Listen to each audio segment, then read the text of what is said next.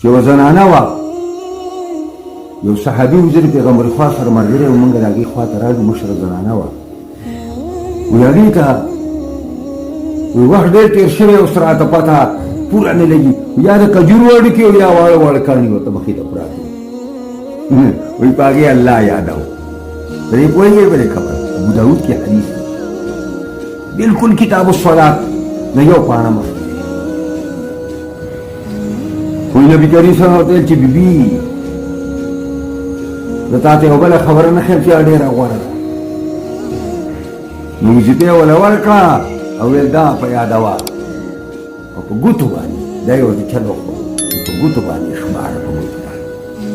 ځکه دا ګوتې دي دې نه به تپوس کېږي دې ګوتو نه به تپوس کېږي چې په تا یې زما ذکر کړی و که نه او د دې نه به طلب د خبرو کېدی شي دا به دا ګوتې به خبرې کوي نو د کجورو د اډوکو په ځای او د کاڼو په ځای باندې په دې ګوتو ابو داود